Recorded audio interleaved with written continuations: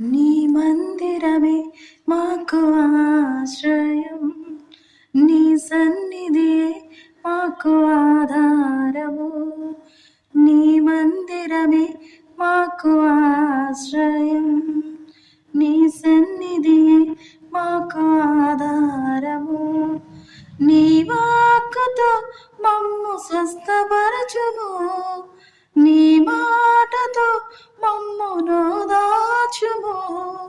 నీ వాక్కుతో మమ్ము స్వస్థపరచుము, నీ వాక్కుతో మమ్ము నోదాచుము.